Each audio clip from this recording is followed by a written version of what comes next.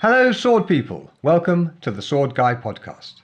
This is your host, Dr. Guy Windsor, consulting swordsman, teacher, and writer. Join me for interviews with historical martial arts instructors and experts from a wide range of related disciplines as we discuss swords, history, training, and bringing the joy of historical martial arts into our modern lives. I hope you enjoy this greatest hit episode of the show. You can find all the episodes at swordschool.com/podcast, and there's a direct link in the description to this episode's show notes. On with the show.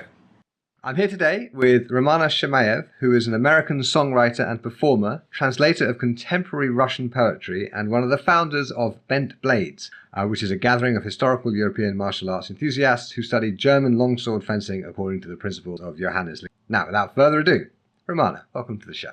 Thank you. Good morning.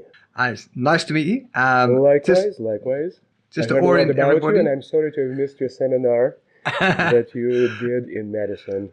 Well, yeah, because my first question was going to be, whereabouts in the world are you? And you just sort of let us know you're close to Madison. So I live in Madison, Wisconsin. I've been living here since 2000. And it is a lovely city. What brought you to Madison? My first assignment as a parish priest. Okay. I was born in the USSR, which is a country that no longer exists. Kind of in a long time ago, the galaxy far, far away.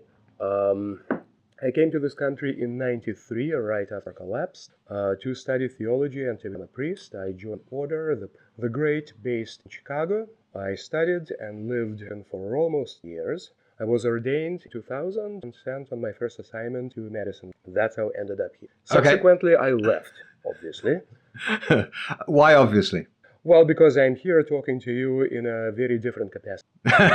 Fair enough. Okay. Do you mind my asking why you left? As much as I appreciate the Dominicans and the life as I have lived it back in the 90s student, I ultimately found that it was not for me. Once I started actually working in the full priest, I found it very alien and very lonely lifestyle, and kind of incompatible with what I was becoming to realize about. So for me, it was the life incompatible with the notion of what life. So I couldn't live it with integrity, and I left. Fair enough. If only all priests who find themselves in a similar situation would do the same. I don't know that. I can only speak for myself. That's fair. How did you get into historical martial arts? Romantic literature of the 19th century, Alexander Dumas, Sir Walter Scott, historical movies. I just really liked, history always, because for me, history is like an amazing. It's a story which actually happens. Yeah. Living in St. Petersburg, going to the museums, looking at armor and swords and other shiny objects. Historical films and, whatever fighting that I was exposed to. So that kind of all coincided. When I was little, let's see. Does the name Mikhail Gorelik means anything to you? Not immediately, no. All right. He was one of the Soviet pioneers of, I wouldn't say historical reconstruction, but he was оружиевед. He was a scholar, a historian who specialized in studying weapons and armor. Oh, okay. Academically. Right. Wrote a number of articles, and he was one of the first ones to present to the world drawings of what these people actually looked like in period, based on historical memorabilia that we have. Well, because right now, to figure out what a 12th century knight would look like, you have to study effigies. Yeah. You have to study manuscripts, and he did that. So he published, several articles just about the ancient, medieval, Renaissance warfare. They were published in popular kind of magazines when I was growing up. My grandfather was an avid collector of interesting articles.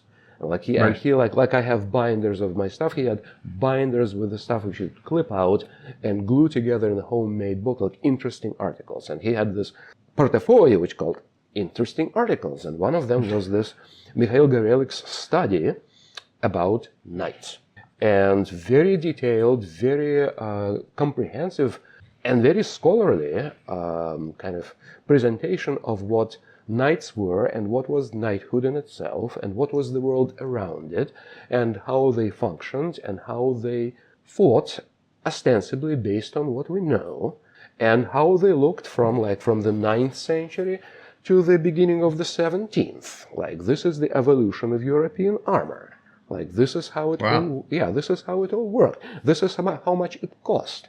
So I was, I think, maybe like 9 at the time when I saw that. And it's like, oh my God, this is so cool. And look at them. They look nothing like us. Like, your suit and jacket is boring. This is cool. So that's kind of when it all started. And then, of course, like reading like The Three Musketeers, the Valois novels by Dumas, which was my escape mechanism when I was an angsty teenager. Growing up in the USSR and literally divorcing myself from reality in my head and going there. And then I did some modern Olympic fencing, also like in my early teens. That honestly left me cold. I developed some skills, but everything was kind of geared towards like scoring points for your country. Yeah. And that just didn't resonate. Even now, like I can pick up a foil or whatever Olympic weapon, like, yeah, I have no emotional connection to this thing. It's not a sword. Yeah. It's like, I deeply value what it can teach us as historical fighters. The sense of timing, measure, just physical agility and whatnot. And I admire that, and that's awesome. I have a couple of fencing foils right there, right-handed and left-handed. There's nothing better for learning point control. Yes, and it's awesome, and people who like snub it as something. Oh, it's not. No, like it's a sliver of historical fencing made into a sport. It has very solid foundation, and it's really, really good. And who knows? Maybe when I'm too old and frail to handle historical swords, maybe for me that would be like, this is what I physically can do now. Maybe at a slower speed, and then it's great. Yeah, so I did that. And then life happened, and then I developed just different interests. I wanted to become a priest, kind of the Middle Ages, but from a different perspective. And then when life finally happened after 40, I just generally began to like rethink my life and kind of making a bucket list of what I really would like to do. Like, I started transitioning. I became infinitely freer and infinitely happier. And I was like, okay, well, now that I am like really myself, like what is out there that I really want to do? And like, sword fighting. I always liked swords. What if, and I had no idea where to start. But my partner at the time said, if you can think it, internet has it. Google it. And I did. And all of a sudden, HEMA, what the hell that is, and videos and people doing it. And it's like, this is really cool. And I looked at and it was a video, actually, by Liechtenauer. It was a video of some person was showing Liechtenauer basic guards. I'm like, oh, okay, well, that actually makes sense. And then I picked up the phone, I called my friend and said, hey, I found this really cool thing on the internet. Do you want to do this with me? And he said, sure. So he had a wooden waster. I went online, bought myself this horrible cold steel black plastic sword-shaped baseball bat, which at the time I thought was really cool. And we found online manual by Triangle Sword Guild, and we started doing it on the parking lot. And I said, we both have some Olympic fencing background. We know the importance of footwork. So as we kind of take these guards and make our bodies adjust to it, how about like for 3 months we just practice changing from guard into guard with proper footwork? Yes, and we had If self-discipline. only you found a Fiore video instead. I know, right? But, yeah, sorry. But the thing That's is, okay. early KDF and Fiore are more alike than they're different. I'm convinced. Yeah. Once you get into Meyer world, it becomes a little It's just a different thing. different thing. But early KDF, just like, I find similarities with like early KDF and some of the Asian sword arts, there is only so many things you can do with a 5-foot lever. It's just physics. Yeah. Yeah. So we started doing that. We had self-discipline not to start bashing each other. And then people saw us and got intrigued. And then a couple of folks who were driving by took a very sharp U-turn. It's like, oh, you guys are doing HEMA. We do HEMA too. And Really? Yes. They ever since just quit the HEMA scene, not because of us, just life happened to them. But then they kind of introduced us to, another person in Madison who was doing specifically Meyer. Who was that? Chris. Chris Van Slumber. Yes. Yeah, I was staying at his house when I was in Madison. Yeah, there you go. Yeah, so he was doing it approximately the same time when we started. We couldn't afford his lessons, so we just continued to we continued to study it at our own pace. So those new friends of ours recommended Christian Tolber's book.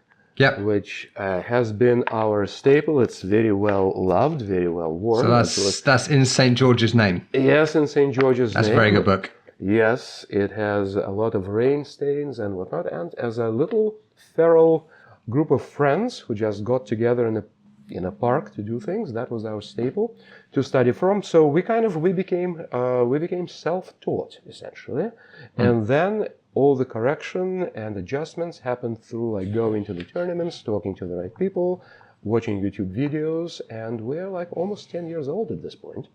And this is Bent Blades. Bent Blades. That was my friend's suggestion for the name, because I said, I wanted to be kind of queer. I wanted to give the LGBT plus. That's why it's bent. I was like, I haven't made the connection. Well, yeah.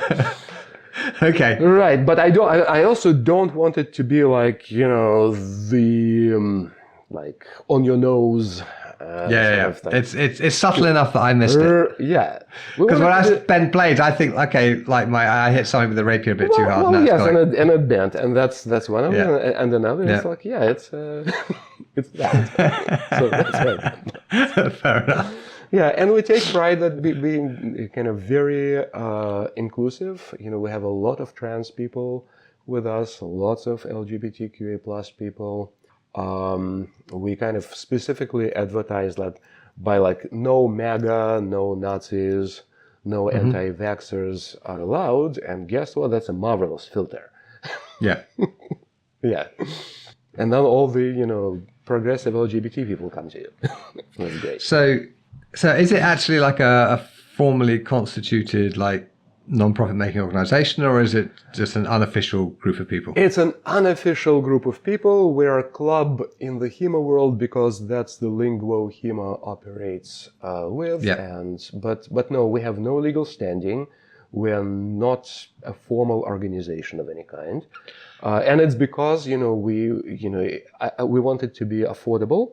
Mm-hmm. Once you get into the sordid world of corporate insurance and non-profit organizations and whatnot, it becomes very expensive by default. Yep. And so you don't bother with insurance then? No. We are... That's refreshing. Yes. We are equivalent of a group of friends or neighbors who gather together to play soccer or football in a park on a weekend. But you just do it with swords? We just do it with swords. I've always said soccer would be better with swords. Yes. Everything would be better with swords. Hey, cooking would be better with swords. The thing, like, we do have a waiver to sign because that's just a smart thing to do. But it literally, like, because there is no club, there is no institution to sue. And if all of a sudden you have a problem with a person, well, you signed a waiver that you're doing an activity, just like you can break your leg playing soccer, Yeah. You can get bruised by doing sword. Frankly, like if I do believe very honestly that, especially the way we do things, driving a car is more dangerous. Honestly, driving a car is more dangerous than most things. Yes. Yes. Yeah, it's not the safety aspect so much. It's the I taught that seminar in Madison recently, and there's no insurance for that. Yeah. Because technically I was hosting it, so people paid me directly, and Chris organised the hall for me, but I paid for it, so it was basically me. And the thing is, I think you're unlikely to get sued unless you treat people in a way that makes them feel they've been hard done by. Correct. And the insurance isn't going to help you there anyway. No, because the one thing insurers are really good at is hiring lawyers to get out of claims. Yes, exactly. Like we rent space from a community, one of the oldest community houses in Madison. We're very lucky to rent it. The neighborhood house. Okay. Yeah, it's probably the oldest community center in Madison. We rent it for like a really marvelous price for $60 a month. Wow, that's good. Yeah, so we suggest that people donate 10, and it's a suggestion. Like if you're in a position to donate towards the rent, please donate. If there's no formal organization, where does the donation go? The donation goes to we have a bookkeeper. Okay. Yep, and so it has its own bank account. Not separate bank account. It's basically it's like a designated fund. Right. Okay. Yeah. There is transparency. Like anybody can. Sure. Yeah. Now I'm just curious because a lot of people listening are at that stage in their historical martial arts career where they're thinking about starting their own thing, right?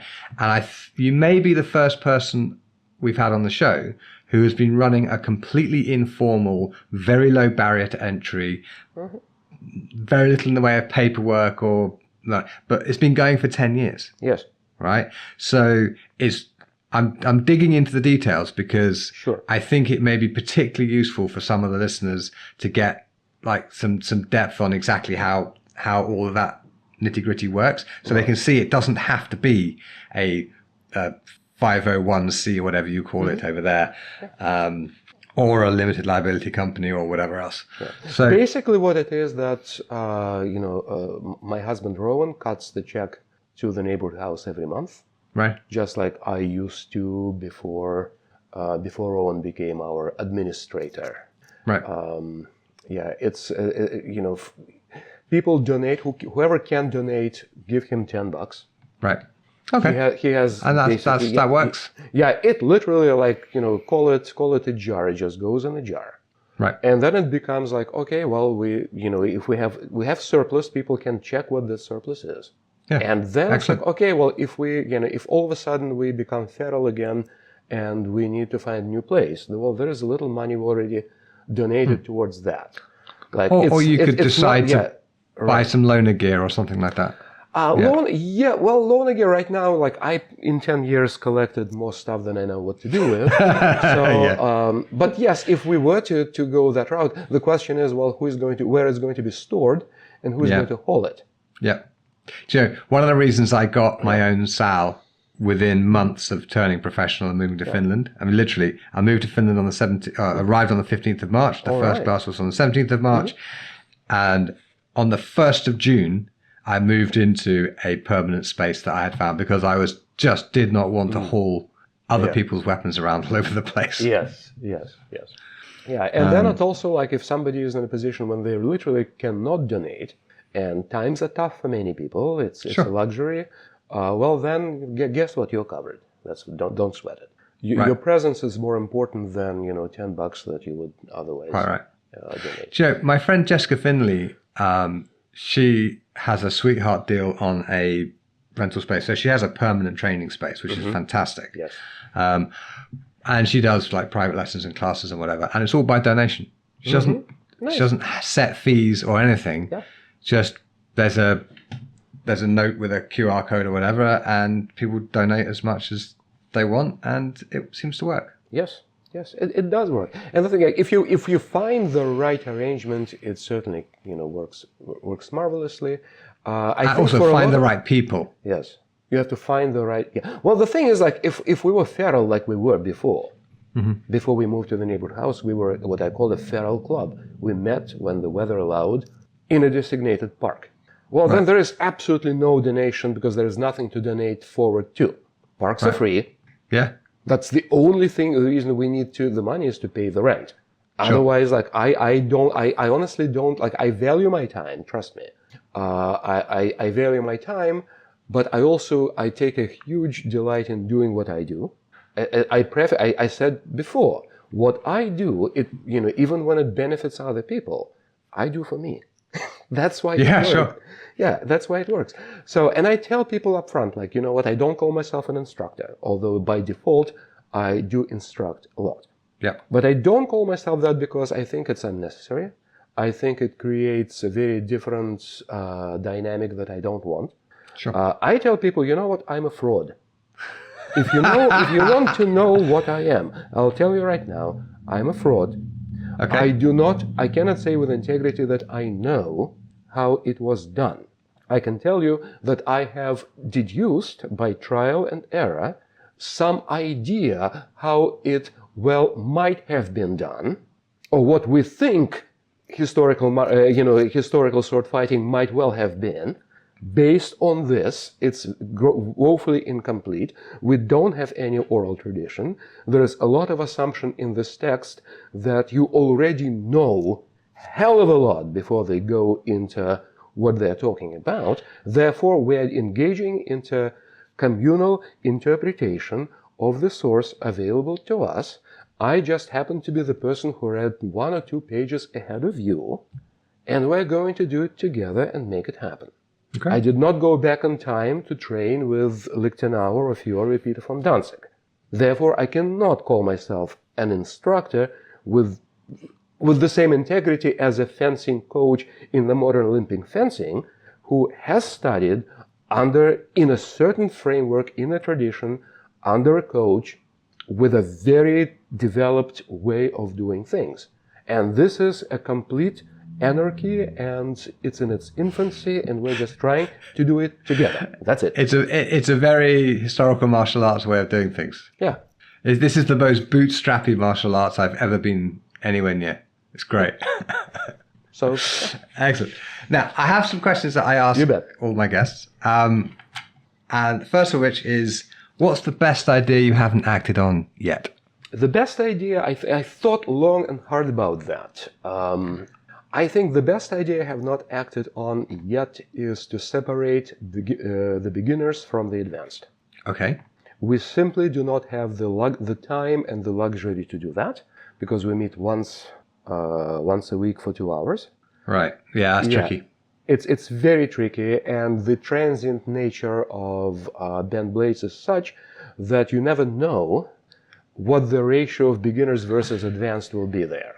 Yeah. So the way, like, if in the perfect world, we would have our own saal, we would have our own armory, we would have a castle, for God's sake, and we would be doing nothing but that. And in that case, of course, there would be beginners classes and intermediate classes and advanced classes and like all fight practices and 5 days a week or maybe 7 and whatnot. In reality, the way we operate, we have every Sunday, it's a great unknown. Who is going to show up? What's going to happen? Mm-hmm. And the way I was trying to mitigate it is to pair up a beginner with a more advanced person, and then basically go through the book. From Danzig, yeah. Yeah, that's. That's. Okay, there's an art to running a mixed level class. Mm-hmm. Yes. And the way I do it is I start out with. I run more formal classes than you do, so it's easier for me just to structure things the way I want them. Sure. But I start out with everybody doing pretty much the same thing, and then we'll take the same thing, and the more advanced students will do it at the advanced level, and the more beginners will do it at the more beginner level. But they're doing the same basic things. Maybe it's a footwork exercise. The advanced people are doing a more advanced one. The beginners are doing a more basic one. It's actually not unlike how we do it, but please. Yeah, but then the critical thing is then the students come together and the advanced students take beginners, if depending on the numbers, of course, but the advanced students will take a beginner and improve them in one specific way, like get them able to strike in this way, or get them able to do this technique at this sort of speed, or whatever it is, right? And that's maybe 5 minutes or 10 minutes. And then so the beginners have then been trained up a little bit, then it separates out again. So the intermediates or more advanced students are working at their level, and the beginners are taking what they have just learned and practicing it. And it sort of goes back and forth this way, so that you don't get the situation where someone who's shown up for their one class a week spends that entire time teaching a beginner, which is maybe not something they want to do. They're never going to be spending more than 5 minutes with a particular beginner, and their job in that 5 minutes is clearly articulated, is to make them better at this very specific thing, right? So they're learning to coach at the same time as they're sort of taking part in the class, and that means that you don't get that sort of siloing effect. And because they're constantly coming in and out of each other's groups, you don't get you don't get this sort of like clique of advanced students and clique of beginners who don't really know each other. They've all trained together during the day or during the class, but they haven't the beginners haven't slowed down the intermediates particularly, or the advanced students, and the advanced students have used the beginners to learn something themselves, such as how to coach. So by the end of it, bring them all back together for the last thing we do is they're all doing the same thing again. So they start doing the same thing, they finish doing the same thing, and then in between they're sort of interleaving back and forth. And that way it prevents the problem of the advanced student getting basically stuck doing basic stuff all night. Sure thing, yeah. I said what you say resonates very deeply, because some of it is exactly how we do things. The devil, of course, in the details, and since you have a lot more experience doing this, you are probably much more refined that how we do it. We do somewhat similar in terms of like we have common warm-ups for everyone. Right. Right now, I began to kind of raise the new generation of people who are able to coach. So I give them the opportunity to take the lead, because I won't be here forever. If I want this to continue as an initiative, I have to allow the new blood with new approaches and new ideas to do it. So I'm becoming more and more hands-off, in the sense that empowering younger people to do the thing, and they do really, really well. So we actually rotate through the instructors, but we do warm-ups for everyone, and it's footwork, agility, and just basic orientation yourself in the space, in the stance, kind of learning the body mechanics and the movement. And sometimes it's going to be like a glove fencing. Sometimes it will be like, no, here you are, you're in the fighting stance. Like your job is to arrest the offending hand. Like here's the hand, that's a sword. Like the way to make sure you don't get struck, you have to control that sword. Put your paw on top of their paw. Right. And step and move out of the way. And we call it cat fight, because cats fight that way. Right, so, yes. Yeah. So like, you don't touch them, you focus on the offending hand, you arrest the offending hand. Move away from the offending hand. Find the right angle to do it. So that's, everybody benefits from that. And then it begins to, like, we focus on, fundamentals, passages from the book. And the way it's typically done is, unless it's a class with a very specific agenda, then, you read the passage, you read the verse from Liechtenauer. This is what it says in the unintelligible language of its time. This is how it got deciphered. This is what we think how it's done. Get the move.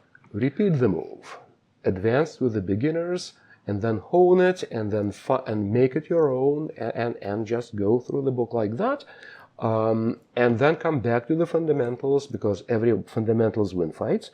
Everyone should be able to do that, and I tell people, like, the thing is, it's up to you, completely up to you, what you get out of this adventure. Right. Your goals are your own. Hold on. But if you really want to progress in the art, you have to spend 3 or 4 times training solo for one group session. Because oh my God. There are 2 kinds of students. There are those that train on their own, and there are those that don't. And it's the ones that train on their own who get somewhere. Yes, exactly. 100%. Yeah, like I can show you how to do the correct Zornhau or any other thing. But you have to drill it into yourself, and that's on you. That's your self-discipline. You know, otherwise you will be in the place when everybody will have to show you how to do this again and again. Okay, so here's my question, right? It seems to be working just fine with the advanced students mixed in with the beginners. So why do you need to separate them? Well, again, because it would also mean that we meet more than once. I think it would benefit both the advanced and the beginners, because the advanced would be clearly in the possession when they coach, and the beginners would feel hopefully more at ease that they're doing things on their level and things are tailored specifically for them. I discovered a long time ago that there are a lot of people who will show up to a beginner's course who will not show up to a drop-in class where they might be the only beginner. Okay, well, it's like just because like it's a anxiety-inducing thing. Sure. But if you know that okay, today at this time in this place they are expecting people who have never done this before to show up, and that's what it's for, that's fine. But if you show up and you're going to be the only person in the room who's never done it before, not everyone will even do that. Right. They'll just stay home. Yes. I was astonished when I first did a proper formal beginner's course in Finland, nearly 2 years after I started my school. I was like, holy crap, where did all these people come from? And they'd basically just been waiting to be certain that they'd be welcome. Yes. Well, we try to make certain that people are welcome. Sure. The thing is, like, to be able to embrace this, what we do, when you're an adult and have developed a number of fears and complexes and feelings of personal inadequacy, as many adults kind of develop by the school of hard knocks, it's a tremendous tremendous act of courage to actually start doing this. Yeah. Like, one of the most marvelous books I've read about us is this. Fear is a mind killer. Yes. Okay. Yeah, and it could you just open up the book and read the first line? Martial arts make you stronger? Not just physically, but mentally. It's introduction. Is that what you mean, or? No, the very beginning of the book. Oh, the very beginning. Fear is the mind killer. How to build a training culture that fosters strength and resilience. Right. If you look at the beginning. For Jordan with love. Next page. Next page is acknowledgement and... this book... I see. For those who haven't read the book, the first line of that book in the acknowledgement section is... This book would not exist without Guy Windsor. Correct. But it's really good. I am so proud of him. That book is so fucking good. Yes. It just blew my socks off. I believe her. It's by Kaja Sadowski. Him. No. Yeah. Who Kaya was her and is now him. Oh. I thought it was the other way around. No, he's now Kajetan Sadowski. Okay. I thought it was the other way around. Okay. No. I stand corrected. Him. There we go. Very good. Very good. Yeah, for some reason I thought it was the other way around. But it's probably because I'm that way. Fair enough. Yes. Anyhow, well, good for him. I'm glad. That's awesome. That's awesome. Yeah, so the best idea you haven't acted on is have an advanced, separate out the beginners and the advanced, right? That's why haven't you acted closest thing on I would think of when we ask like, the best idea I haven't acted on yet. Yeah, that's probably so why haven't you done it? Well, because we meet only once a week for 2 hours. So here's my thought. Yeah. Why not have a feral, advanced students only, bish bash bosh in the park on a Wednesday night? Well, on Wednesday night we do... whatever. But Right.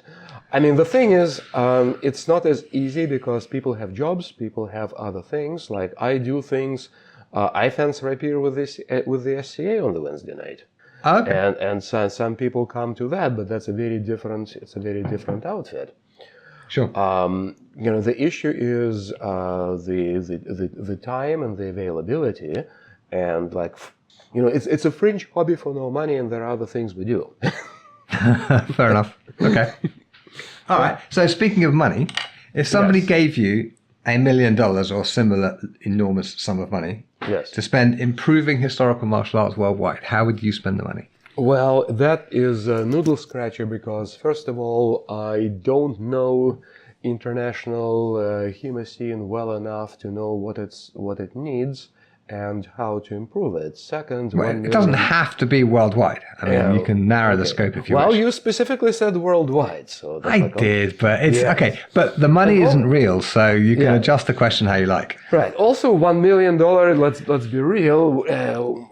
It's not a lot of money, really, especially for a worldwide scene. If you want to, yeah. So I would probably say that. Short answer would be really nothing. Second, I would probably try to improve the worldwide scene, starting local and small, and I don't know, invest in a kind of reliable martial arts center, which would train future studies who would go out into the world and step into the and become part of the international HEMA scene. That's probably most realistic way what one could do with $1 million. That's interesting because so basically, I would create basically a- I would do something like what Chicago Sword Guild does. I've done. Yeah. Okay, and they didn't need $1 million to do it. I know, but I also know that they run it professionally, which something. Well, we cannot do. there's the Chicago Sword Guild and there's Forteza Fitness, yeah, which they're very closely related. But Okay, Forteza okay. Fitness is the professional organisation, and the okay. CSG is the Well, there you go. non-profit, All right. which The point was is, around they for a long put time. they do it on the level which we do not do things on. So it's like for me, it's all still like, wow, that's stratosphere. That's amazing. They are, yeah, they're very good. I mean, the real function of that question is to get my guests thinking about what needs to be improved or fixed in the historical martial arts world. Right? Okay, well, in that case, I can tell you. So, Go on then. people's hearts need to be fixed. Okay. To quote David Lynch, some people need to fix their heart or die, because transphobia and fascism are real problems in the HEMA scene internationally, and that's something which needs to be addressed. Like some countries I know are pretty decent, others are horrible for trans people, and it absolutely has to be addressed if in the civilized world this thing actually has to maintain some respectability. Fascism is a very big problem as well. Like for some people, because it's historical and European and whatnot, it's kind of takes them to very dark places. Yeah. That's why we had to rename a jacket. That's right. That's why we had to rename a jacket. The AP jacket Oh, used to be right. named after a certain person whose name is no longer to be mentioned in a polite company. So Yes. yeah. So those are problems which really need to be fixed. In terms of how people train, how people run events, how people do things, I don't know, honestly, I don't know enough to have an opinion. Okay. That's refreshing. Yeah, I also don't know. Most of my guests are pretty damn opinionated, has to be said. I don't know enough to have an opinion. Okay. I know some people in the international scene whom I really like to watch on YouTube, and I learn a great deal from them. And some of them I actually write and solicit kind of opinion and coaching notes people that I trust, whose opinion I value. And some of them actually respond. So I think kind of to promote, because there's on one hand, like it exists all over the place. On the other hand, there's not that many of us. There are not that many of us who are really, really good at it. So to foster the culture of generosity, acceptance, humility, being able to ask for help when you need it. That's a big one. And being able to offer that help when asked. Yeah, so I think getting people to ask for help when they need it is hard. Yes. I think to foster the culture when we're focused on improving each other instead of being the biggest, baddest kid on the block. And I see that actually in the Midwestern scene when like tournaments I go to, when members from different clubs are really into it, not because they want to beat each other up, but because they want to have a good time, learn from each other, and grow together. I think that's fundamental. I think ultimately the ultimate end goal of this is to become a better person. Sure. To create a community. Because guess what? Your sword fighting skills, they're finite. Yeah, and also not terribly relevant. And not terribly relevant.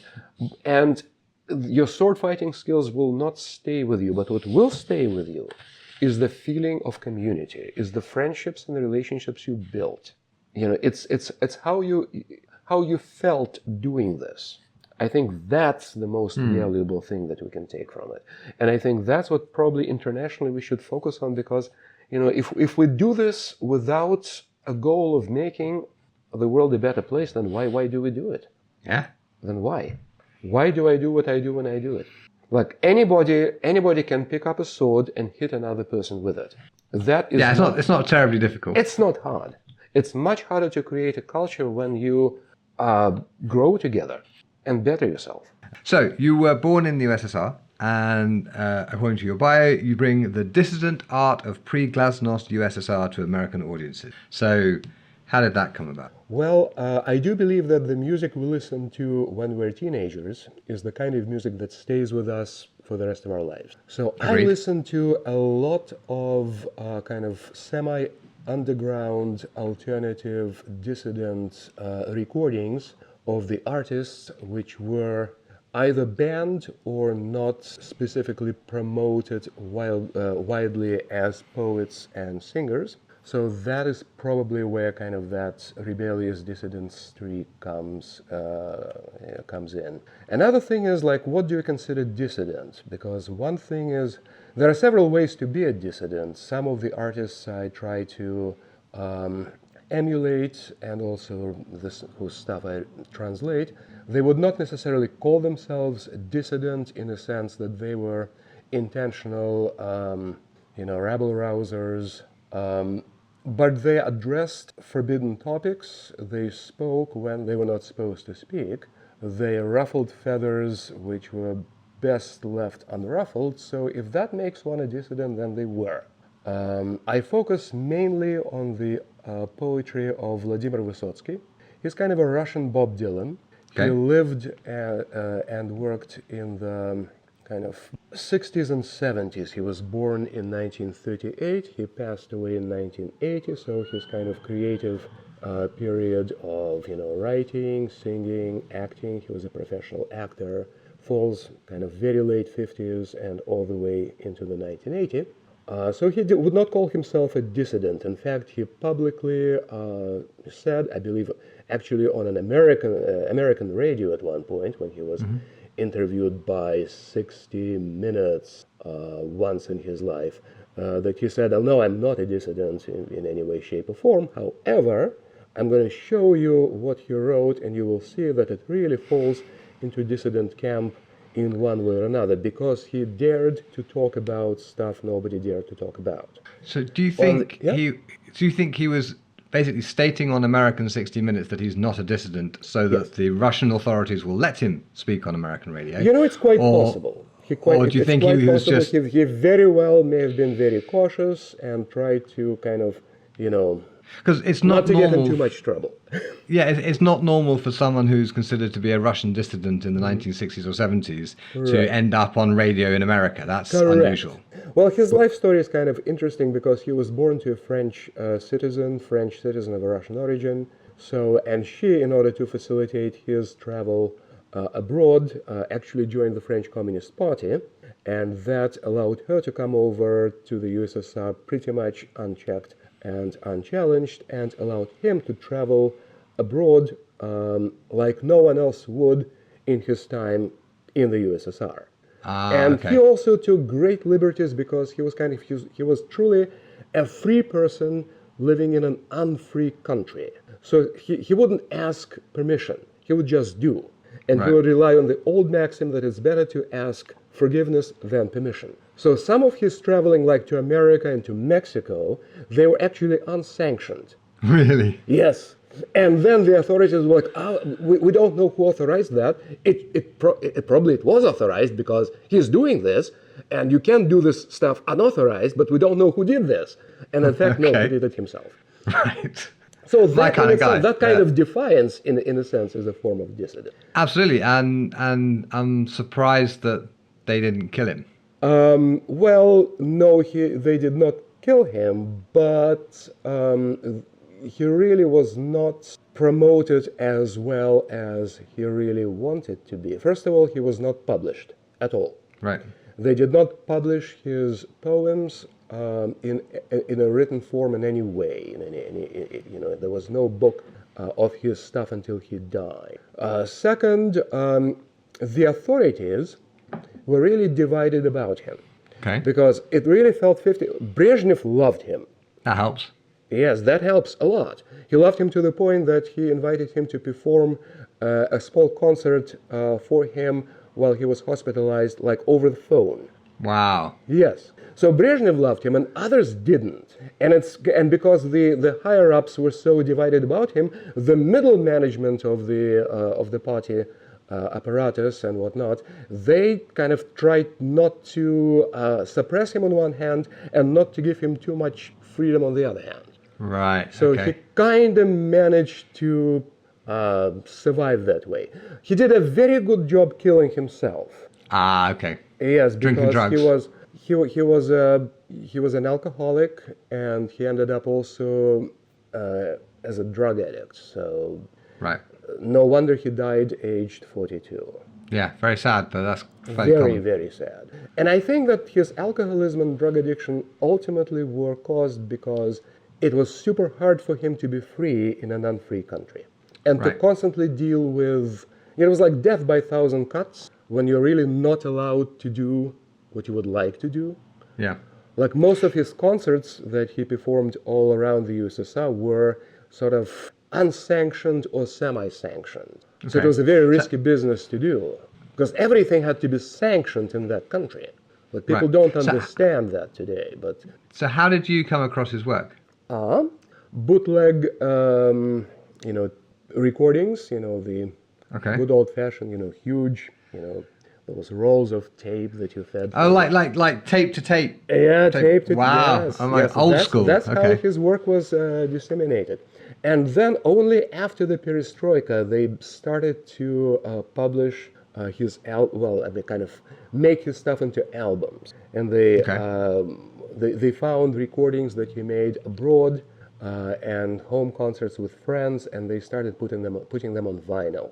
And I began to collect those vinyl records, I think like in the late 80s. And that's how I've come Okay. to really, really love his work. Okay, so he's one of the dissident voices that you reproduce, if you like. Correct, in the correct. States. So how do Americans respond to the music? Well, I mean, overall well. I do have, first of all, a small following of friends who really enjoy what I do, and kind of when I perform and in bars and whatnot, people drop in, they listen, they stay. So I think it's well received. Nobody threw rotten tomatoes at me yet. So, But Well, the here, night is young. It's really, we can talk about this, but I can show you. I can show Sure. you because it's, Go for it. as they say, don't tell, show them. So I actually prepared kind of a small selection of 3 artists: Vysotsky, Galich, and Bashlachov, and myself to the, kind of to show you at the end what I do. Okay. And I decided to group it in such a way that there will be 2 songs per artist. One, Okay. which does not require an introduction because it's kind of, I think it's universal. Okay. And another one which requires a little bit of like, let me give you some background story to it, okay? Sure. So this one is called All... Sorry, yeah? what? 1 second, Ron. There's a sound in the background. Yes, there is. They decided to rake leaves. Oh, God. Yeah. Is that going to be a problem? Should we move? Okay, just let it run. Just don't say anything for a second. Oh, they stopped. Okay. Okay. There. I should be able to isolate that and cut it out, but let me just make a time check. All right. Okay. Go So for this song was written by Vysotsky in 1968. I translated it as All is Wrong, and I'll tell you later why. But here's the song. it. Okay.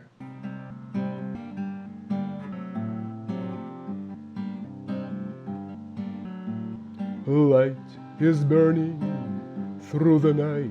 In my sleep I groan.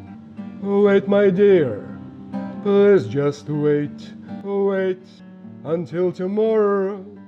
But in the morning, all is wrong. No joy is found. Either smoke or drink at dawn, hangover to drown. All is wrong, very wrong, so very, very, very, very, very wrong. So wrong, hangover to drown.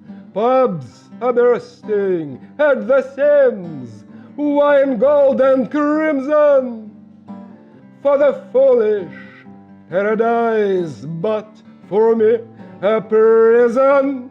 Sanctimonious and dank church is burning incense. No, the church is all screwed up, preying on the innocent. All is wrong, very wrong, so very, very, very, very, very wrong. So wrong, preying on the innocent.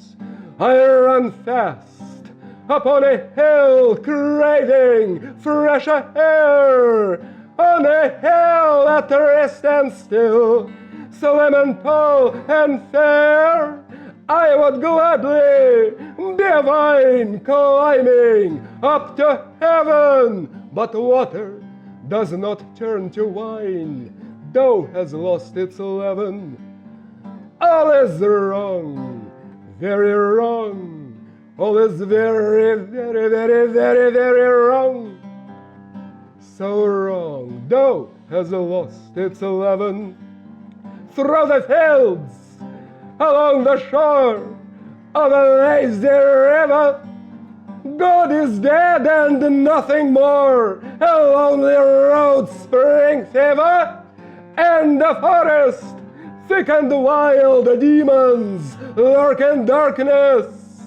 And at the end of it I find a chopping block and axes, proud, insolent and strong horses dance in tandem. On my journey all is wrong, church and work and tavern. Nothing's sacred, nothing's whole, everything's a hoax. No, folks, all is wrong. It's a bummer, folks. All is wrong, very wrong, so very, very, very, very, very wrong. So wrong, it's a bummer, folks. Wow. So on one hand, you don't need an intro for this song. No, it's pretty clear that everything's wrong. Well, yes, and it's kind of the existential sort of quandary of trying to find meaning in life around you and finding that everything is literally screwed up. So, is it a dissident act to compose a song like this when the entire state media and kind of the what is considered to be a healthy socialist lifestyle insists that everything is fine, that the country is doing great, that there is nothing to be unhappy about, and then you do this, Right. because this is actually what's around you. And here comes the finer aspects of translating this, because the original Russian conveys that all is wrong, not by the means of the refrain, but it's mainly built into the body of the text itself. But the refrain itself is sort of variations of a Romani dance, romance. It's a nonsensical refrain to anyone but a Russian-speaking audience, because Right. it literally goes, hey one, like this, and many more times like that. It's basically like simulating that you are clapping your hands while dancing, because the tune itself is called the Romani romance with a grand entrance, Цыганочка с выходом. That's when you can imagine a Romani woman with a bright shawl going out into the tavern and dancing around, and everyone is applauding at it. Yeah. Right.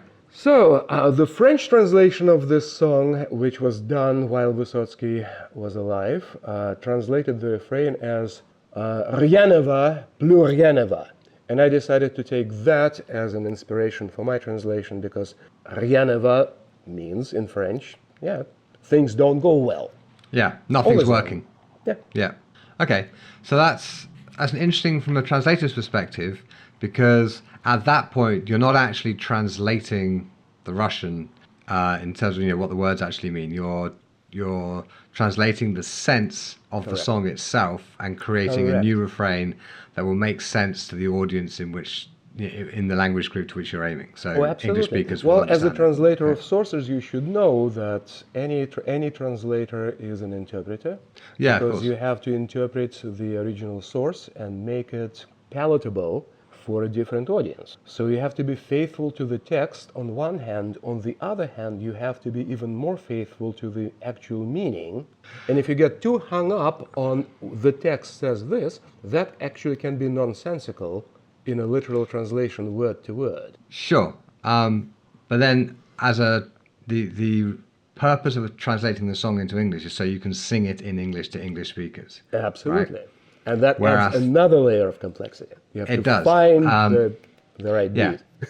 But when I'm translating Fiore, for example, into English, I am doing it so that other people can translate his words into martial arts actions. All right. Right? Yes. So because I'm not there to perform what I think the meaning is, I am much more constrained in how I can actually translate it. Absolutely.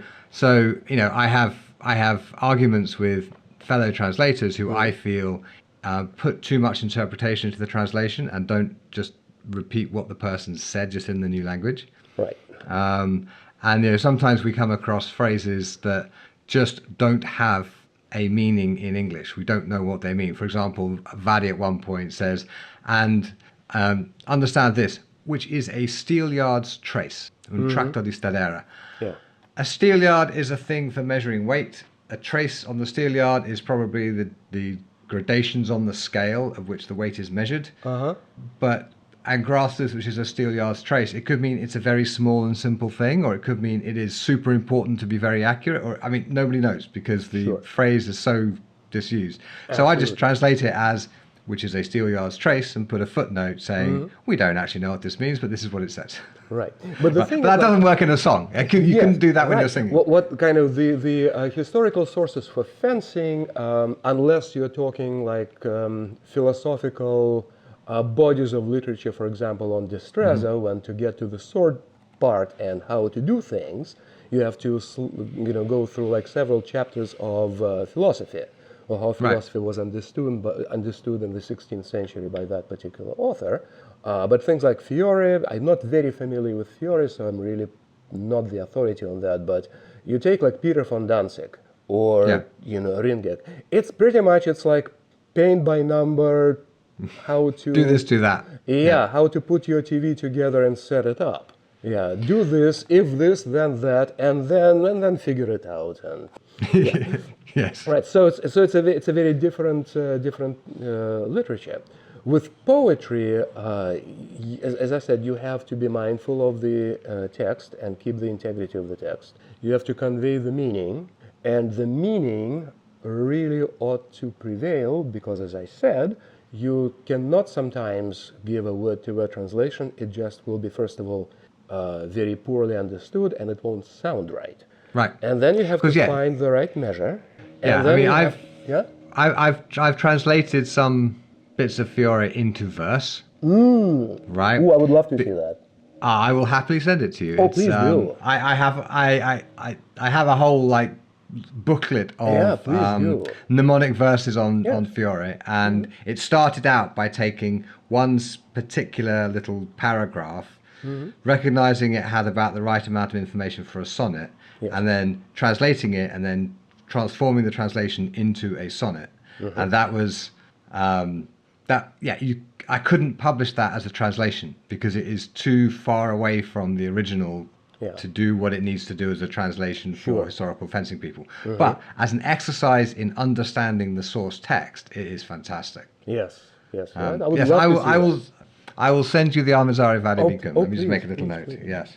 But here's and by the time this goes out, I hope that I'll be able to release the Armazari Vadimikam on my website as well, because I have literally just made an agreement with the original publisher to be able to do that. So cool. People listening who also want it can go to swordschool.shop and probably find it. Eventually, Hopefully. I'll publish my stuff too, my translations, with good. and without footnotes, and then you'll get a copy if I get. Oh, jolly good. If I get around it in our lifetime. Well, if you need any help on the publishing side, let me know. I would appreciate that because I'm not very well versed into technical stuff. Well, I've published 4 books this year alone, so I am.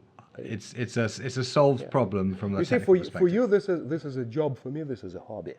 Very true. Yes. Yeah. No. I make beer money with this, and that's about it. So. Yeah. So here's another song which I want to show by this artist, which really falls into, in my opinion, definitely a more direct political dissident category, because also written in the 60s. I think the Khrushchev's thaw, kind of this brief period of liberalization, was already on the wane. And this song is about, essentially Gulag, that everyone knew about, but nobody talked about it. Right. Because it was sort of it still existed, but in a different way. The concentration camps gave way to psychiatric hospitals and forced psychiatric treatment for dissidents on one hand, and second, kind of the whole topic of Stalin's era was kind of hushed up in many ways. After the Stalin was proclaimed, he was bad, and that was about it. And any idea that Stalin was in fact not just the logical development of the ideas of Lenin, but possibly the only way that kind of a cannibalistic system we know as communism can possibly exist. That definitely was a taboo topic. Right. I firmly believe that the, communists, at least in, I can't speak for other countries, although what I gather, it's pretty horrific as well. I do believe in the USSR alone, communists outstripped the Nazis in the art of killing people. Absolutely. Yeah. So at least because they had decades longer to do it. Oh, yeah. Well, that too, and the thing is, the Nazis got the idea of the Gulag, of concentration camp system, as the methodical, well thought out way to exterminate people. They got it from the Soviets. Right. Yeah, they started doing that in, pretty much in 1918. So this song is called "The White Hot Sauna," and this one Jesus. I always kind of give a little cultural background. First of all, in the Russian culture, just Slavic overall, I think, Finnish as well. A sauna is a place not just for for cleansing, physical cleansing. It's a place for spiritual encounter. Yeah. It's spiritual cleansing. It's the place where you meditate, sometimes try to solve very complicated problems, because it just puts you in almost like in an alternate state of mind. In the Russian tradition, sauna, the place and the experience is considered sacred. Mm-hmm. So lots of steam, lots of heat, and this is a story of a person who literally just came back from doing time in Gulag, and those are his reflections. There will be a little bit of Russian in the song just because. Протопи, протопи, протопи ты мне баньку по белому, и от белого свету отвы. Угорю я, и мне угорелому пар горячий развяжет язык. Would you heat up the sauna, my hostess? I will spend there an hour or 3. Blazing rocks, cold water, and steamy haze will from doubts perhaps set me free. I will lounge to the point of indecency, make more steam to drown my past, and the prison tattoo of Stalin's face will glow blue on the skin of my chest. Would you crank up the heat? Would you crank up the heat? Would you crank up the heat to the premium? I forgot what it's like to feel warm. I will sweat and the steamy delirium will unleash my blocked memories storm. How much faith and timber has claimed Gulag, camps and prisons a dolorous plight. On my chest, on the left, Stalin's ugly mug, and the face of my wife on the right. And although I have been a faithful citizen, spent my life behind wire and bars, I've traded my youth and stupidity for the lifetime of this deadly farce. Would you crank up the hits to the premium? I forgot what it's like to feel warm. I will sweat and the steamy delirium will unleash my blocked memories storm. I remember that dawn when they came for me. I managed to squeak, "Brother, help!" And the guards pulled me off to Siberia, where millions slowly bled. Where's the labor and torture, the devil's art? Where's for miles around frozen wastes, where we inked his profile above the heart, to make sure he hears how it breaks. Do not crank up the hits to the premium. I forgot what it's like to feel warm. I will sweat and the steamy delirium will unleash my blocked memories storm, and I shake from the chill of the memories, and the steam has my reason undone. From the poisonous fog of my frozen past, I submerge into the steam's scorching balm. Bitter thoughts in my mind are hammering. I was branded with Stalin in vain, and his visage I'm viciously pummeling, in vain hope that it goes away. Would you crank up the hits to the premium? I'll recall what it's like to feel warm.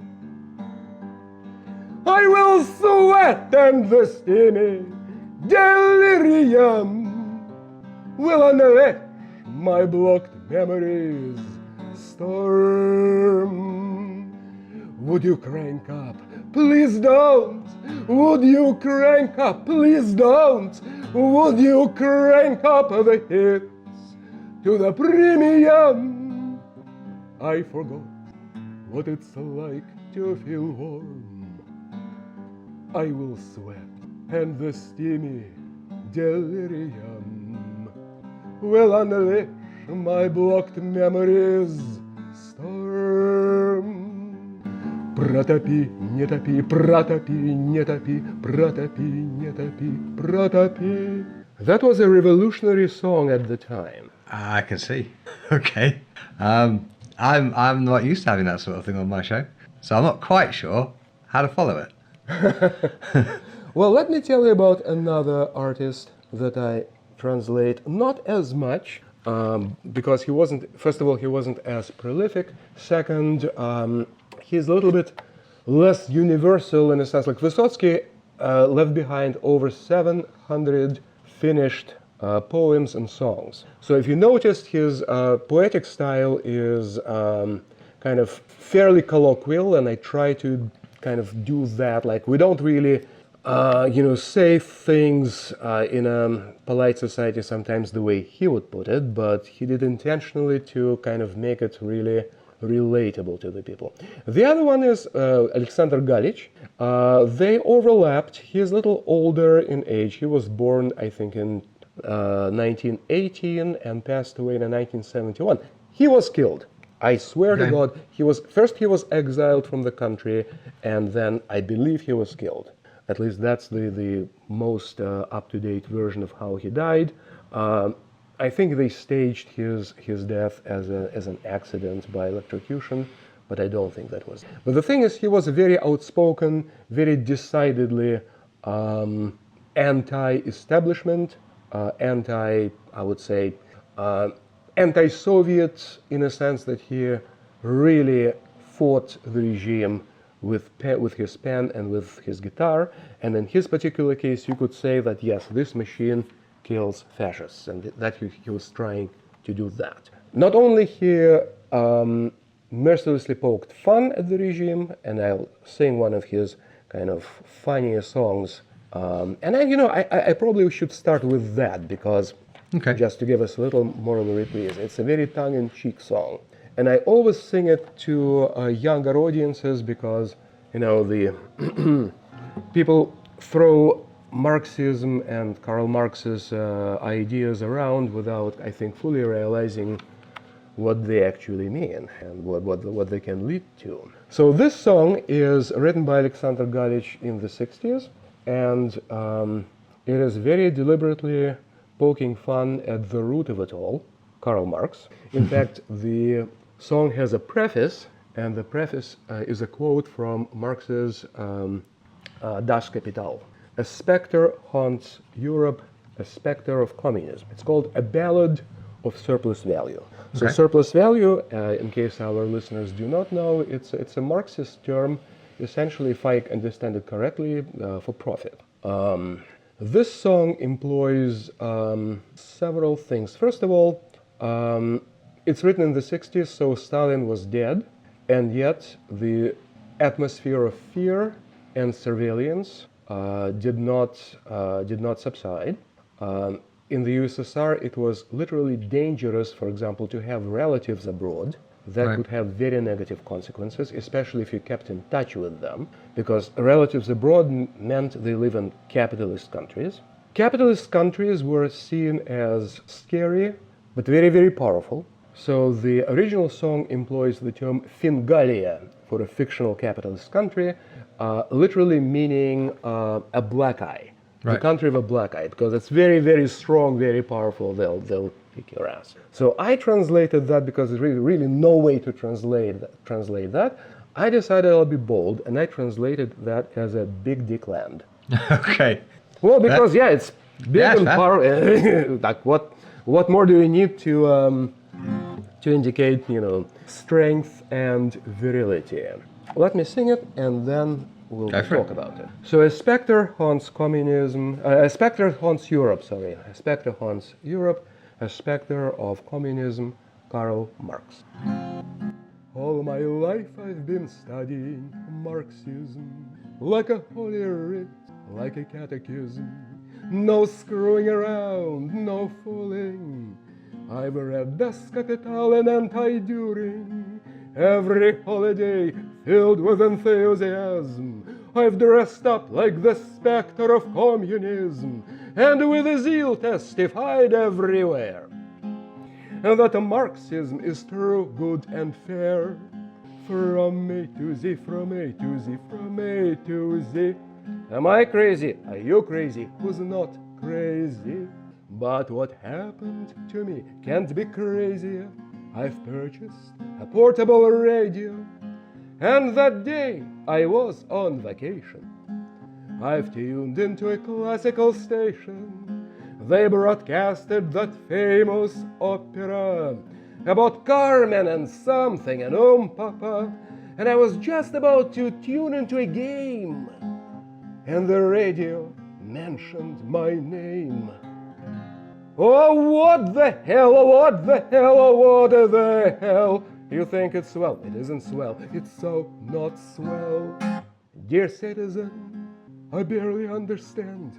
Your aunt passed out in Big Dick Land, so please report to the Foreign Office to take care of some official business.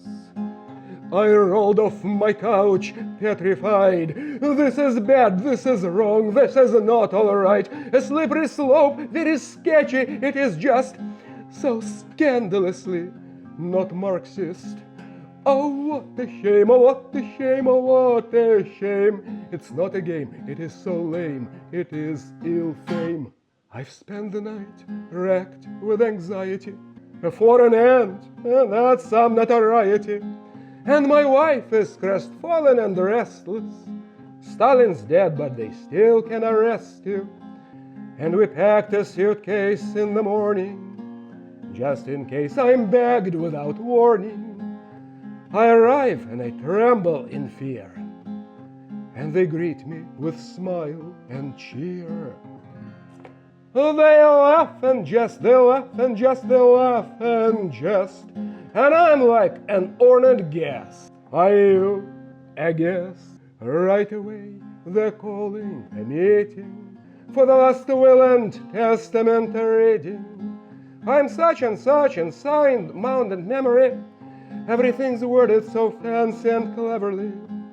My husband, a bum and a scoundrel, can get bent, 'cause he's an asshole. I bequeath my estate, lands and factory to my favorite nephew, me, Anthony. All fair and square, all fair and square, all fair and square. Turns out I'm going there. And you go where? I come to work on Friday at noon. I grab my boss, whom I'm about to moon. Kiss my ass, farewell, ugly fucker. For 100, find yourself another sucker. And I drink all weekend in euphoria. To my auntie, rest in peace and memoriam. To the old motherland and new fatherland. To my millions in the big dick land. I drink, and then the bill is at the door. Screw the bill, I want some more. And do you want more? So I've spent all my savings on partying to a penny, and all in one sitting. And then all my friends, bottle sharers, descend upon me with their open arms. We're here for you, joy and sorrow. Don't be shy, you're welcome to borrow. All is settled between us and agreed. Just send us something that you don't need. Well, thank you for your money and your love. And I'll send you foreign stuff, some real good stuff. So I borrowed up to 1,000. No big deal, I'll pay back. What's to me 1 grand? But right now 1 grand is a lot of cash. And with this much cash, I will make a splash. Day and night in the very best restaurant. The best food, the best booze, not some cheap rot gut. And 2 women with hair like feathers. For some reason, they're calling me Edward.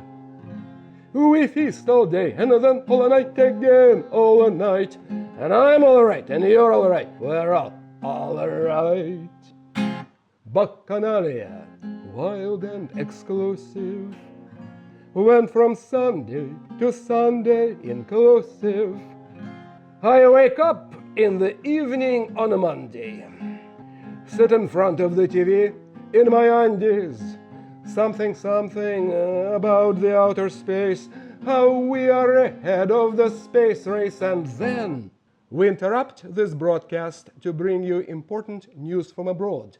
Revolution in Big Dick Land. The first decree of the new communist government, total nationalization of all private property, lands, factories, and all kinds of industry. The peoples of the USSR warmly congratulate our siblings in Big Dick Land with the glorious victory. I look at the screen as if at Ipecac. Nationalized! I mean, what the fuck? It is mine, not the people's, you can't! It was given to me by my hand! This is bullshit, not fair, it's a farce! All because of that stupid Karl Marx! For never was there a story of more than the story of that surplus value. And I have studied that bullshit from A to Z, and now I'm totally crazy. Are you crazy? Oh my god, I knew it was all going to go horribly wrong, but I didn't realize how it was going to go horribly wrong. Yeah. So, of course, that is like a dissident art par excellence. And the thing is, like, I love that kind of art in general because, first of all, it's very catchy, it's very relatable, it's funny. And the thing is, like, you have to be able to laugh at evil to overcome it. You really do. Yeah. Wow. Another one by this artist, which I believe does not need any kind of introduction. Okay. And it's completely relatable for all times and places. And it's called, I usually sing it in my Halloween show. It is called Once More About the Devil. Okay. Think of George Orwell 1984 as you listen. Okay. I counted sheep this way and that, and I still couldn't fall asleep. And the devil arrived and sat on my bed, and his smile was broad and sweet.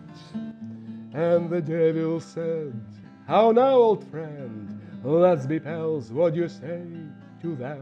Let's sign a treaty for days on end, and by sin earn our daily bread. And you may cheat and defraud and lie, and with these all your friends betray. And if you're afraid to pay when you die, well, that's later, that's not today. Hallelujah, hallelujah, that's later, that's not today. But you'll know for sure the delights of sin when gray hair has the battle won. That salvation is not in one for all, but when all are exactly like one. You'll be free to come and easy to go, free from scruples and consciousness. When you say no, when all say no, and say yes, when all say yes. And you will bake a pie in the sky while the hungry for a morsel pray. And if you're afraid to pay when you die, well, that's later, that's not today. Alleluia, alleluia, that's later, that's not today. And what of your soul?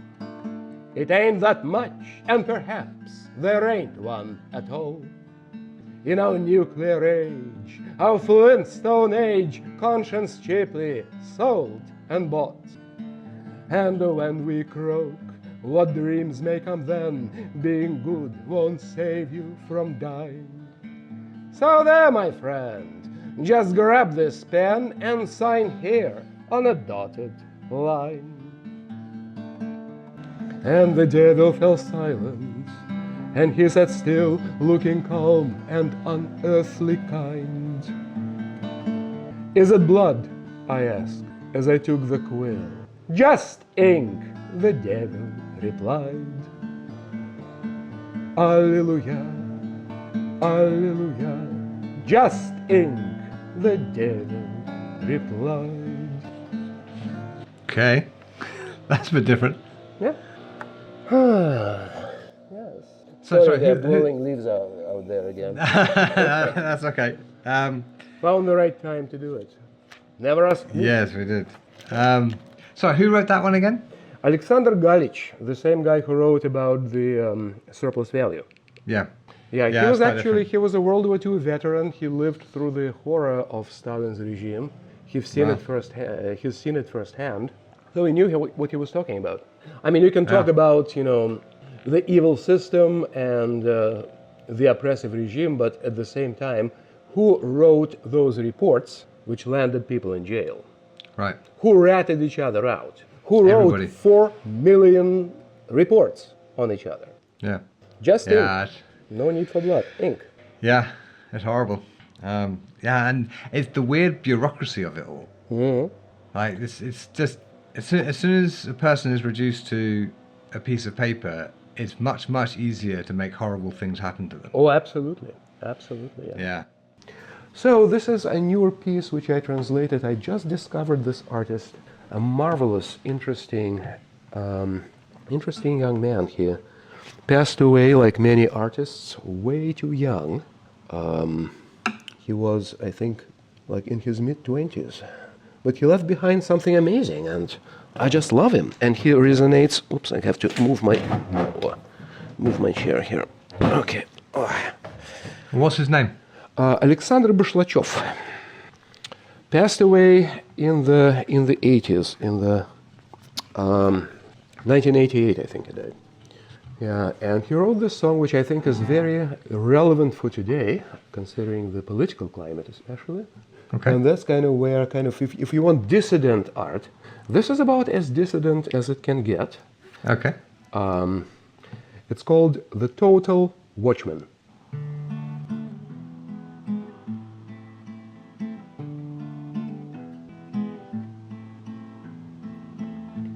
This town shapeshifts, changes names by the hour. The address of this place has been hidden from sight. There is no street, no house, no tower, where the total watchman celebrates through the night.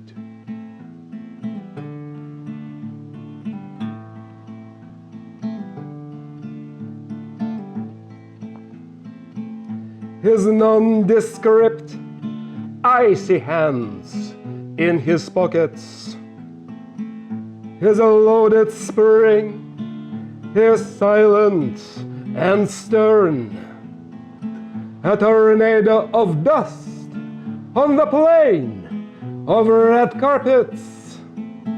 He's the absolute master of a total storm. Every one of his steps is a fall of a hammer. His archipelago is safe on his watch. Old papers on desks are disturbed by the clamor made by trumpets of plaster, moldy and notched. A red glowing torch in a sterile white prison. Every flicker highlights the forever lost days. He sucks out every sound that is and that isn't. With his rubber syringe stuck into our veins, every anthem and march reflect duty and order. In each barrack or school, or a church, or a pub, he's the watchful DJ of Buchenwald's ovens. He's the flawless breakdancer of the Gulag nightclub. He bids us a warm welcome this modern day Kraken. And tonight's celebration he hosts for us an old-fashioned turntable, beat up and shaken. With a needle screeches out an old-time waltz. A ball for all times, oh, it's so sentimental. A black widow nods at the sight of each guest. The tune of the waltz is so documental, like a banal report, like a common arrest, like an illness from torture with poor prognosis, like a guard on a tower, silent and tough. The total watchman, not Adolf, not Joseph, a Dusseldorf butcher and a Skinner from Pskov, the percussion of stamps, the syncope of bureaucracy, the blues of gas chambers, the swing of arrests, the bells of such warrants, the pause of hypocrisy, violins of denied visitation requests. How harsh is a ballad of guards' regulations, the harmonious chant of bunks in death camps, xylophones of knuckles in standing ovations, the strings of barbed wire, the light show of search lamps, the KGB flutes, the trombones of the Gestapo, the same caliber notes on their music sheets, an informer, a train, a murderous couple. The music repeats and repeats and repeats.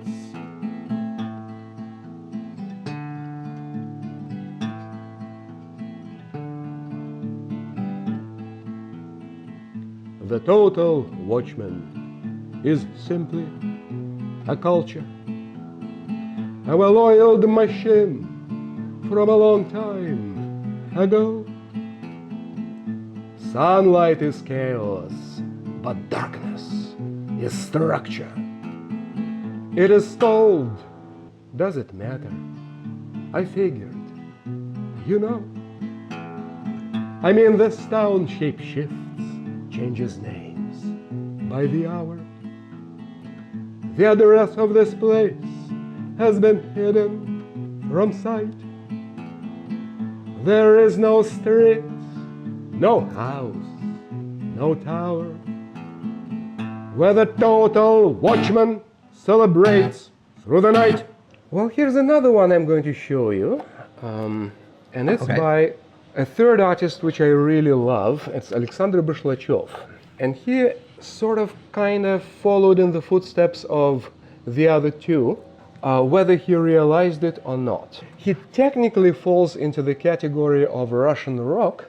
However, he never had a band, and he played an acoustic guitar pretty much all the way into his death. He died very young. He was, I believe, in his early 20s. Oh God. Yes, and he died by suicide. He literally decided that he couldn't cope with loneliness anymore. He was a genius, but you know, geniuses are often very alone and very misunderstood. So he struggled with depression all his life. He left behind amazing songs like The Total Watchman, which you will factor in.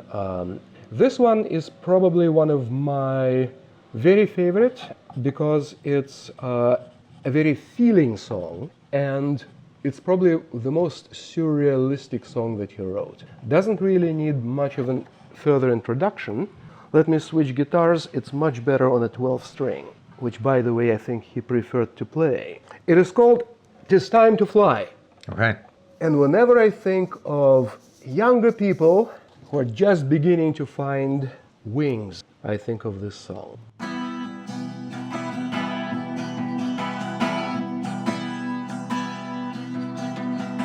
A hand on my shoulder, feathered from birth, a deluge has flooded and soaked my prison of ills. I know what for. I'm walking this earth. I will fly away with his very soon morbid wax dolls who will be ready to swing balls to the walls. Small games, but I desire to live as much as to sing. I want to forgive these chains. April is cold, dreams are red hot, new notes, fresh breath, and blood, all targets of war, are laughing a lot, expecting not death, but love. Our doctor will warm up a syringe in the sun, and the ray of the needle again will find a bloodstream. Don't cry, don't give up, but see if you can how love reigns supreme. Open your lips, a glass is too small. Drink it all to the dregs at once. Spring bellows a final thunderous call and gives everyone a chance. Hear me, bonehead, ignorant fool. Understand it is never too late to open your heart. The armor we shed, no matter how cold, no longer keeps us apart. With the offspring of birds, the children of bees, How an H has 1/3. A bomb. Lay down, no words. A nuclear prince ascends his despotic throne. Don't cry, don't regret. Who to pity and why? You and I are both orphans today. Be braver, my friend. It's time to fly. It's time to fly. Oh, you clear the way. Be braver, my friend. We must try to fly. We must try to fly. Oh, you clear the way. Wow. That was one of the hardest songs to translate because it's so surrealistic. Yeah.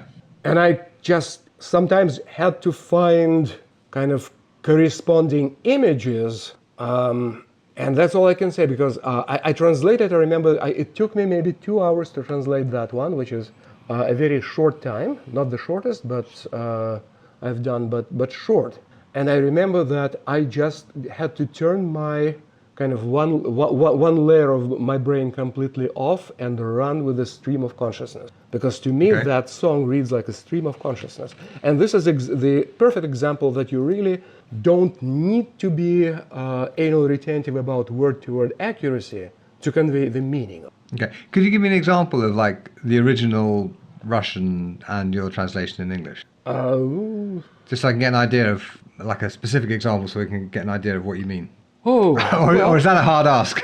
No, it's a. Let's see.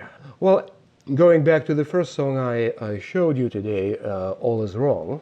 Mm-hmm. You know, I believe I gave the example when when I substituted like literal sentiment that all is wrong instead of the hey 1 2 3 range. Yeah. In this particular song, honestly, I don't have the Russian words in front of me.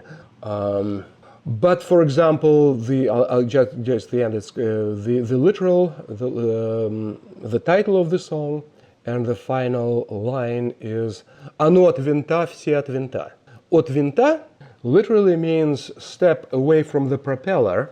Okay. You know, like in the old-fashioned planes, a person had to manually start the propeller by pushing it down so it starts rotating, and then once it would rotate, there would be a command, everybody away from the propeller because that sucker is going to fly now. Yes. Yeah, I have no idea what that command would be in English, nor I had confidence that American audience today would actually understand the meaning of it. So I decided to translate it simply, "'Tis time to fly." Okay. Because ultimately, that makes sense. Yeah, the point of starting the propeller is so that the airplane can take off. Right. So that would be the... Yeah, that makes sense. Interesting. Huh. Yeah, I really need to up my interviewing game because I've just not... It's like, I'd just be like deluged with all this extraordinary Russian dissident music, and I'm like, I need to like sit and process it for a few days before I come up with any questions. All right. Well, let me show you something I wrote. Sure. Not a translation, but it's my song. And kind of every artist has their magnum opus. Okay, and this is yours, is it? This is mine. Excellent. If by magnum opus, like because of my choice of medium, poems are reasonably short. So I consider my magnum opus kind of the compilation of kind of my very best. And I honestly think this is one of the better ones I've written. Okay. Very proud of this piece. And it's very apropos because October is, at least in America, it's an LGBT history month. Huh. So I wrote back in 2015. It was a monumental year, the life of our country, because marriage equality finally became the law of the land. So I wrote a ballad of Stonewall riots. Okay. I meticulously researched the event, read a lot about it, read not just Wikipedia articles, but other sources as well, including recollections of those who still remember what happened. Could you just briefly describe the Stonewall riots for listeners who may not be familiar? Oh, Stonewall riots happened in the last days of June of 1969. It was about 3-day long affair when what they thought would be a simple police raid on Stonewall Inn, which was kind of a low-life gay bar in New York in Greenwich Village, turned into a formidable uprising when first the queer folks and then other folks who were sympathizers joined them. They fought the police, and those riots gave start to what we call now LGBT movement, or the start of our fight for liberation. It's a historic event. It's a historic event. Stonewall Inn is right now a museum. Yeah. Okay. So that's what it's about. It's a critical moment in the birth of like the gay rights movement. Correct, Yeah. and not just for the United States, but for the world as well. So I researched the event, and things which I used in this song, they're direct quotes. Like, police were taking the place was actually said on the premises. Those were the words, the police entered the bar. The kickline chant, "We are the Stonewall Girls," was chanted as they all lined up, formed a kickline, and kicked at the cops, chanting what I will sing to you. Okay. Yeah, and because I'm driven to essentially storytelling in song, and that goes back to me essentially being a preacher. I love storytelling. I like to think that I'm reasonably good at that. So all songs that I write and songs I translate and songs I enjoy, the music is story-driven, narrative. So this is a story of Stonewall riots. I dedicated that song to Marsha P. Johnson and Sylvia Rivera and Stormé de l'Arverie. They're all trans heroes, transgender people who were instrumental in that fight. And the curious thing about Stonewall Inn itself, it was a bar which was, first of all, decidedly not white. It harbored people of color.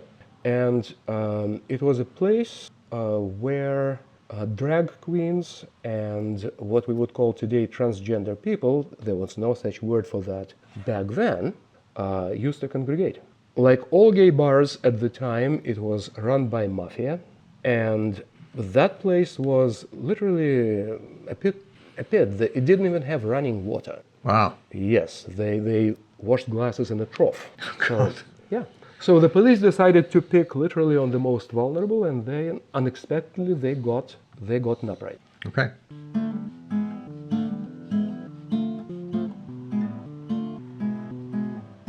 I was 18, I ran away from home. I knew I was a girl when I was 5. As I grew older, they all called me homo. And very soon I had to learn to fight. And when my mom decided to commit me to that facility where they turn homos straight, I ran away from home, happy to board the first bypassing freight. And in New York I lived, in Greenwich Village, and I turned tricks in order to survive. And that's all right, somehow I've managed.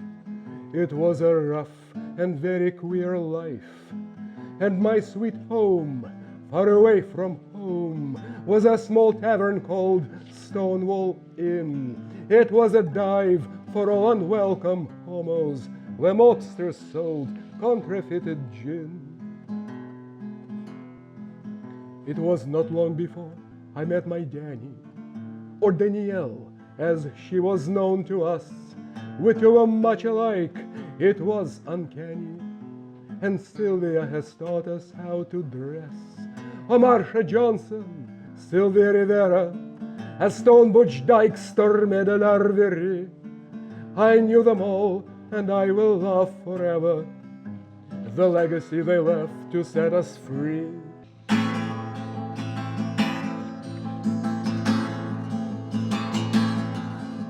Police, we're taking the place.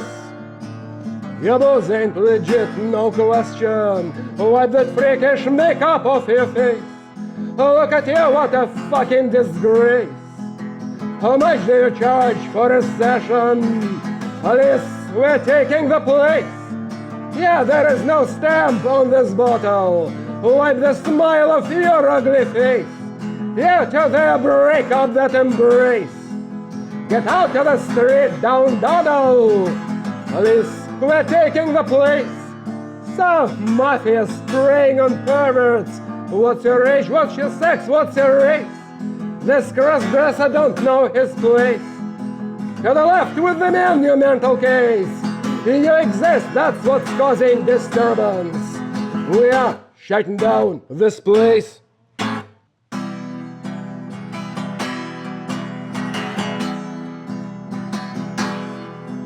Like deer in headlights, we sort of froze.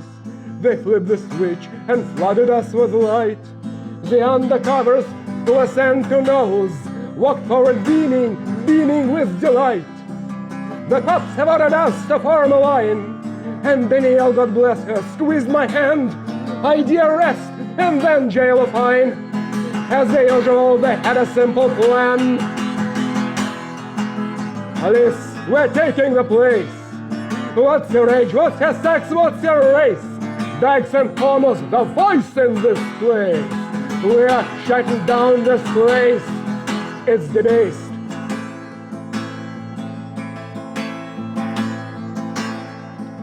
The taunts, the insults, roving and frisking, detectives, officers, the public moral squad, they marched, arrested, gangsters out briskly, and then began to show us what's what. It dawned on them at that ungodly hour that they bit off far more than they could chew. A crowd gathered, someone yelled, "Gay power!" and we were many, and the cops were there, and all of a sudden, lightning quick, Marsha Johnson threw the first brick.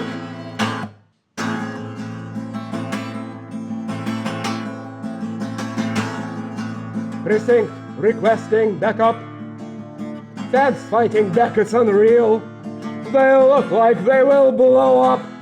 4 of us in the tavern looked up. Hurry up, for it is our funeral. Precinct requesting backup.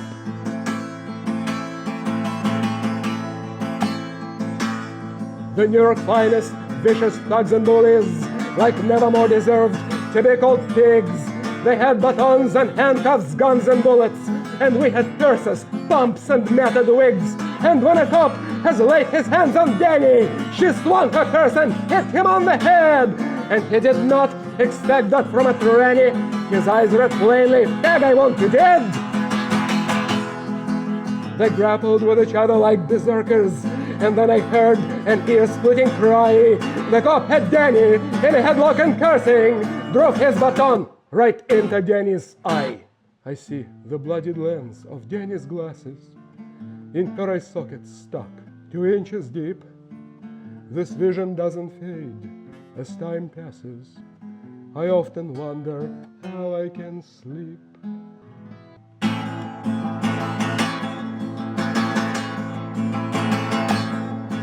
Precinct, we can't hold the street. I ain't kidding, where's backup? It's a riot.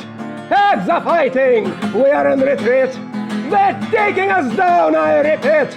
I didn't say quiet, I said riot. Precinct, precinct, precinct. Tears in my eyes, Danielle's blood on my clothes. My spike-heel shoe like dagger in my hand. My ears filled with what we yelled in chorus that summer night when the vehicle cover stands. And blows, vicious blows fell upon us like rain, like hail, like infernal sting. And yet we kicked and bellowed in chorus the silly rhyme that courage helped us sing. We are the Stonewall girls. We wear our hair in curls. We don't wear underwear. We show our pubic hair. We are the Stonewall girls. It was the dawn of our liberation, not just a riot, an uprising, war. Trans women and drag queens shook up the nation. They led the charge through pain and blood and gore. The homeless, the poor, the rejected, cast out by the queer and the straight. Their outrage in every move reflected, refused for justice any longer wait. We are the Stonewall girls. We wear our hair in curls. Down to wear underwear. We show our patriotic hair. We are the Stonewall girls. We wear our hair in curls. We down to wear underwear. We show our patriotic hair. We are the Stonewall girls. Pristine. We are the Stonewall girls. Tactical force. We are the Stonewall girls. The corner where Sylvia and Marsh have fought the fight for our rights today and pulled us from self-hatred and depression. That corner is now called Rivera Way. And for as long as we keep body count of countless Danielles from dusk till dawn, to fight for our freedom we are bound. The Stonewall uprising must go on. Tonight we are the Stonewall girls. Fucking hell, you've done it again. Huh? I'm not quite sure what to do with that. Well, I just, you know what, this is what I do when I don't go to work. Wow, that was quite something. Thank you.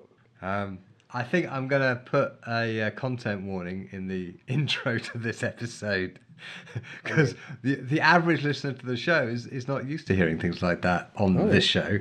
But I think it's an extraordinary thing to get to listen to when you have the chance. Well, thank you. Thank you so much. Yeah. So, Guy, there is one more song I'm going to show you, and it will be... I could not choose this because I do believe you'll appreciate it. It's almost a direct either segue into or a preface to the sword part. Okay. Yeah. There it is. On a personal note, this is also one of my very, very favorite songs. It's by Vladimir Vysotsky, which I translated with enormous delight, and I dedicate that song specifically to my HEMA club and at large to all my HEMA friends, and you will know why. It is called A Ballad of Nerds. Okay. The original title is A Ballad of Bookish Children, and sometimes Vysotsky often had like more than one name for his songs. So this one was called at one point A Ballad of Bookish Children, A Ballad of Combat, but I decided to kind of translate it as A Ballad of Nerds because ultimately that's what we are. We're nerds with swords. It was originally written for a movie about Robin Hood. Okay. Just like most of the songs he wrote for cinema, it was not accepted. It did not pass the censorship. Largely because it was simply affiliated with his name. The song was released after Vysotsky's death in a different film. It was featured in the Russian version of the movie Ivanhoe. Okay. And it is played kind of as a soundtrack to the Robin Hood and all other good guys storming Front de Boeuf's castle. Okay. Yeah. But I think this is very much about us. Okay. In the comfort of home, where fires are warm, where the trophies of war humbly hang on the walls, bookish children of peace read the stories of war, burning countless candles beside old scrolls. Children yearn to grow up, and they mimic adults playing war in the park, fighting make-believe fights our mothers would mend our torn pants and shirts while we lost our heads in the sagas. of yore. Sweat would soak our hair and burn our eyes. Tales of noble knights made us swoon with delight. We confused savage howls with battle cries, and with weapons of wood we pretended to fight. And we, children of peace, struggled to understand the full meaning of orders to die where you stand, the wisdom of strategy, reading of maps, and that science of war must be studied in depth. But the pathos of combat would fill our heads, fairy tales of wars, like the good always win. Mothers tucked us off to play into beds, to drift into innocent sleep and to dream of battles and turnings, of friendship and love, and of slapping the enemy's face with a glove, of punishing villains, of playmates next door, and of everything fun that we thought about war. But we cannot forever abide in the dreams. Children grow and face real troubles afoot.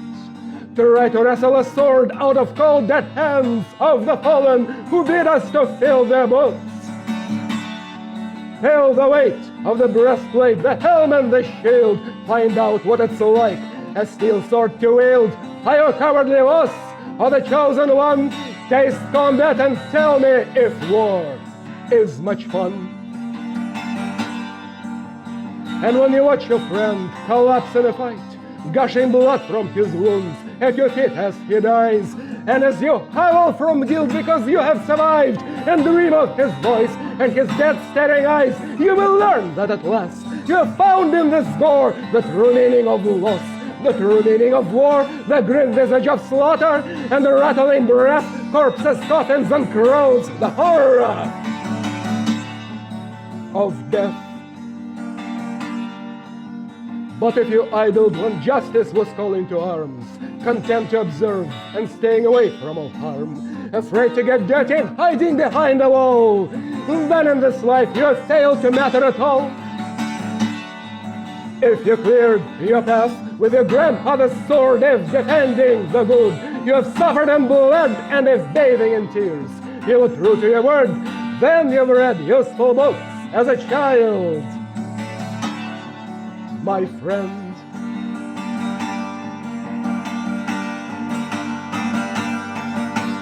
Wow. That was marvelous. Yeah, I can see why that's very much written for the historical martial arts crowd. Yeah. Yeah, I've had my face slapped with a glove. Yeah, we played with swords as children, all of us. Yeah, that's right. And Why now grow we do up? what we do. Well, thanks so much for joining me today, Romana. It's been lovely to meet you. You're most welcome. You're most well. Thank you for inviting me, and I do hope when you're next in Madison we'll get to see each other. Well, likewise, absolutely. Yes. And we should slap each other's faces with gloves. Oh my and- God, yes, I would love to fight. I would love to fight you. Excellent. You'll probably hand it to me, but still. But you Well, I never can know. only try. We never know. I will not make it easy. Thanks for listening. You can find the episode show notes at swordschool.com/podcast, where you will find transcriptions, photos, videos, and links for this episode. You can find a direct link to the show notes for this episode in the description. Join us next week for another cracking conversation. See you then.